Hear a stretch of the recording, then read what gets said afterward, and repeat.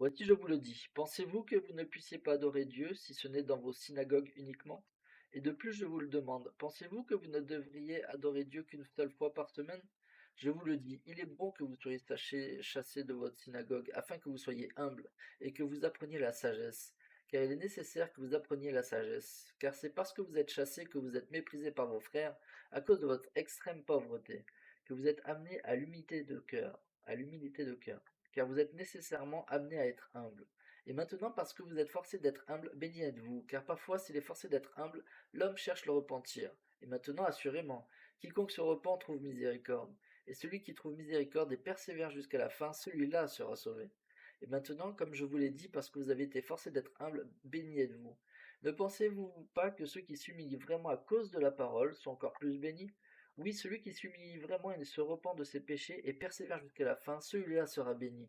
Oui, beaucoup plus béni que ceux qui sont forcés d'être humbles à cause de leur extrême pauvreté. C'est pourquoi bénis sont ceux qui s'humilient sans être forcés d'être humbles. Ou plutôt en d'autres termes, béni est celui qui croit en la parole de Dieu et est baptisé sans obstination de cœur, oui, sans être amené à connaître la parole, ou même forcé de connaître avant de croire. Oui, il y en a beaucoup qui disent, si tu nous montres un signe du ciel, alors nous saurons avec certitude, alors nous croirons. Or je le demande, est-ce là de la foi? Voici je vous dis que non, car si un homme connaît une chose, il n'y a pas lieu de croire, car il la connaît. Et maintenant n'est-il pas plus maudit celui qui connaît la volonté de Dieu et ne la fait pas que celui qui croit seulement, ou qui a seulement lieu de croire et tombe en transgression? Or de cela vous devez juger. Voici je vous dis que c'est d'un côté comme de l'autre. Il en sera pour tout homme selon son œuvre. Et maintenant, comme je l'ai dit concernant la foi, ce n'est pas avoir la connaissance parfaite des choses, c'est pourquoi, si vous avez la foi, vous espérez en des choses qui ne sont pas vues, qui sont vraies. Et maintenant, voici je vous le dis, je voudrais que vous vous en souveniez que Dieu est miséricordieux envers tous ceux qui croient en son nom. C'est pourquoi il désire en premier lieu que vous croyiez, oui, en sa parole. Et maintenant il communique sa parole par des anges aux hommes, oui, non seulement aux hommes, mais aussi aux femmes. Or ce n'est pas tout. Les petits enfants reçoivent bien des fois des paroles qui confondent les sages et les savants. Maintenant, nous allons comparer la parole à une semence. Or, si vous faites de la place pour qu'une semence puisse être plantée dans votre cœur, voici si c'est une vraie semence ou une bonne semence. Si vous ne la chassez pas par votre incrédulité en résistant à l'Esprit du Seigneur, voici elle commencera à gonfler dans votre sein. Et lorsque vous sentirez ces moments de gonflement, vous commencerez à dire en vous-même, il faut nécessairement que ce soit une bonne semence ou que la parole soit bonne, car elle commence à m'épanouir l'âme, oui, elle commence à m'éclairer l'intelligence, oui, elle commence à m'être délicieuse. Or voici, cela n'augmenterait-il pas votre foi? Je vous dis que oui. Néanmoins, elle n'a pas grandi jusqu'à être une connaissance parfaite. Mais voici, une fois que la semence gonfle et germe et commence à pousser, alors vous devez nécessairement dire que la semence est bonne, car voici, elle gonfle et germe et commence à pousser. Et maintenant, voici, cela ne va-t-il pas fortifier votre foi? Oui, cela va fortifier votre foi, car vous direz, je sais que c'est là une bonne semence, car voici, elle germe et commence à pousser. Et maintenant, voici, êtes-vous sûr que c'est une bonne semence? Je vous dis que oui, car toute semence produit à sa ressemblance. C'est pourquoi si une semence pousse, elle est bonne, mais si elle ne pousse pas, voici, elle n'est pas bonne, et c'est pourquoi on la jette. Et maintenant, voici parce que vous avez tenté l'expérience et planté la semence et qu'elle gonfle et germe et commence à pousser, vous devez nécessairement savoir que la semence est bonne. Et maintenant, voici, votre connaissance est-elle parfaite? Oui, votre connaissance est parfaite en cela, et votre foi sommeille. Et cela parce que vous savez, car vous savez que la parole vous a gonflé l'âme. Et vous savez aussi qu'elle a germé, que votre intelligence commence à être éclairée, et que votre esprit commence à s'épanouir. Oh, alors cela n'est-il pas réel? Je vous dis que oui, car cela est lumière, et ce qui est lumière est bon, parce qu'on peut le discerner. C'est pourquoi vous devez savoir que c'est bon. Et maintenant, voici, lorsque vous aurez goûté cette lumière, votre connaissance est-elle parfaite? Voici, je vous dis que non, et vous ne devez pas non plus mettre de côté votre foi, car vous n'avez exercé votre foi que pour planter la semence, afin de tenter l'expérience pour savoir si la semence était bonne. Et voici, lorsque l'arbre commencera à pousser, vous direz, nourrissons-le avec grand soin, afin qu'il prenne racine, afin qu'il pousse et nous donne du fruit. Or voici, si vous la nourrissez avec beaucoup de soin, il prendra racine, et poussera et produira du fruit. Mais si vous négligez l'arbre et n'accordez aucune pensée à sa nourriture, voici, il ne prendra pas racine, et lorsque la chaleur du soleil viendra et le brûlera, pas parce qu'il n'y a pas de racine, parce qu'il n'y a pas de racine, il se déchèchera, et vous l'arracherez et le rejetterez. Or, ce n'est pas parce que la semence n'était pas bonne, ce n'est pas non plus parce que le fruit n'en était pas désirable, mais c'est parce que votre terrain est aride et que vous ne voulez pas nourrir l'arbre. C'est pourquoi vous ne pouvez pas en avoir le fruit. Et ainsi, si vous ne voulez pas nourrir la parole, attendant avec l'œil de la foi d'en avoir le fruit, vous ne pourrez absolument pas cueillir du fruit de l'arbre de vie.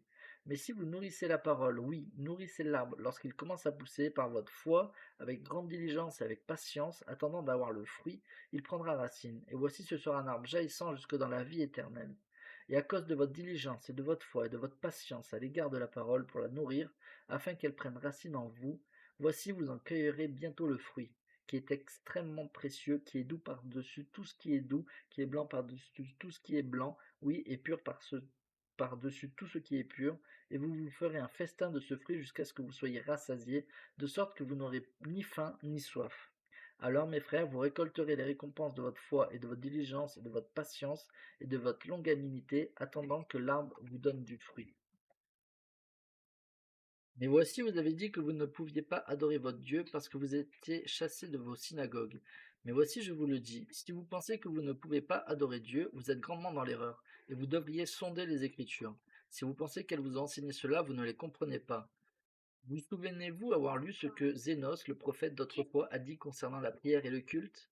Car il a dit, tu es miséricordieux, ô Dieu, car tu as entendu ma prière lorsque j'étais dans le désert. Oui, tu as été miséricordieux lorsque j'ai prié concernant ceux qui étaient mes ennemis, et tu les as tournés vers moi. Oui, ô Dieu, tu as été miséricordieux envers moi lorsque j'ai crié à toi dans mon chant, lorsque j'ai crié à toi pendant ma prière. Et lorsque je me suis rendu dans ma chambre, ô Seigneur, et je t'ai prié, tu m'as entendu. Oui, tu es miséricordieux envers tes enfants lorsqu'ils crient à toi pour être entendus de toi et non des hommes, et tu les entendras. Oui, ô Dieu, tu as été miséricordieux envers moi, et tu as entendu mes supplications au milieu de tes assemblées. Et tu m'as entendu à cause de mes afflictions et de ma sincérité, et c'est à cause de ton Fils que tu as été aussi miséricordieux envers moi. C'est pourquoi je crierai vers toi dans toutes mes afflictions, car en toi est ma joie, car tu as détourné tes jugements de moi à cause de ton Fils. Croyez-vous à ces écritures qui ont été écrites par ceux d'autrefois? Si oui, vous deviez croire ce que Zénos a dit, car voici il a dit, tu as détourné tes jugements à cause de ton Fils. Or voici, mes frères, je voudrais demander si vous avez lu les Écritures. Si oui, comment pouvez-vous ne pas croire au Fils de Dieu? Car il n'est pas écrit que Zénos seul a parlé de ces choses, mais Enoch a aussi parlé de ces choses, car voici il a dit, tu es en colère, ô Seigneur, contre ce peuple, parce qu'il ne veut pas comprendre la miséricorde que tu lui as accordée à cause de ton Fils. Et maintenant, mes frères, vous voyez qu'un deuxième prophète d'autrefois a témoigné du Fils de Dieu, et parce que le peuple ne voulait pas comprendre ses paroles, ils l'ont lapidé à mort. Mais voici, ce n'est pas tout. Ceux-là ne sont pas les seuls qui aient parlé concernant le Fils de Dieu. Voici, Moïse a parlé de lui, oui, et une figure fut élevée dans le désert afin que quiconque la regarderait vécût, et beaucoup regardèrent et vécurent. Mais peu comprirent la signification de ces choses-là, et cela à cause de l'endurcissement de leur cœur. Mais il y en a eu beaucoup qui étaient si endurcis qu'ils ne voulurent pas regarder, c'est pourquoi ils périrent. Or la raison pour laquelle ils ne voulaient pas regarder, c'est parce qu'ils ne croyaient pas que cela les guérirait. Oh mes frères, si vous pouviez être guéris rien qu'en jetant les regards autour de vous afin d'être guéris, ne regarderiez-vous pas rapidement, ou préfériez vous endurcir dans le cœur dans l'incrédulité et être paresseux de sorte que vous ne jetterez pas les regards autour de vous, de sorte que vous périrez. S'il en est ainsi, le malheur s'abattra sur vous, mais s'il n'en est pas ainsi, alors jetez les regards autour de vous et commencez à croire au Fils de Dieu, à croire qu'il viendra racheter son peuple et qu'il souffrira et mourra pour expier ses péchés, et qu'il se relèvera d'entre les morts, ce qui réalisera la résurrection, que tous les hommes se tiendront devant lui pour être jugés au dernier jour, jour du jugement selon leur œuvre. Et maintenant, mes frères, je désire que vous plantiez cette parole dans votre cœur, et lorsqu'elle commencera à gonfler, alors nourrissez-la par votre foi, et voici elle deviendra un arbre jaillissant en vous jusqu'à dans la vie éternelle. Et alors que Dieu vous accorde que vos fardeaux soient légers par la joie de son Fils. Et même tout cela, vous pouvez le faire si vous voulez. Amen.